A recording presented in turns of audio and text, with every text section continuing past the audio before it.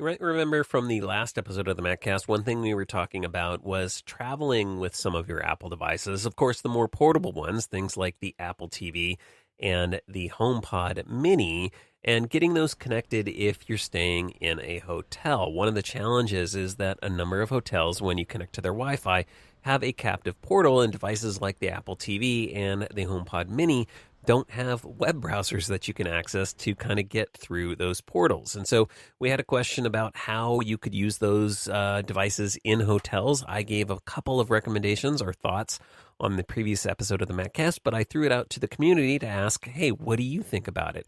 And actually, I received an email this week from Pete. He says he travels a lot with his Apple TV, and one trick that he uses to get it connected is to just contact the ISP of the hotel. Now, you might think that's a little bit challenging, but Pete says that often that number and information is somewhere in the hotel room, or if you can't find it there, he says, I just ask the front desk and they give me the information. And when you speak to tech support, he says, make sure you have the MAC address handy for your machine.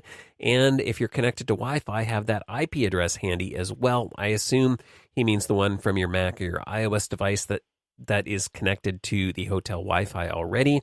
And then also have your room number and your checkout date.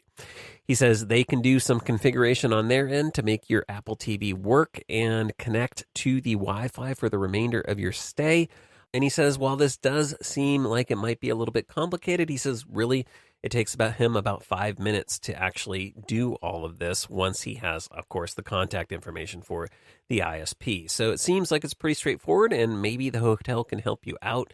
So you don't have to do any fancy workarounds, just really ask. And that's always a great policy, I think. It never hurts to ask. The worst that can happen is that I guess they could just say no. But thanks, Pete, for the tip and the recommendation.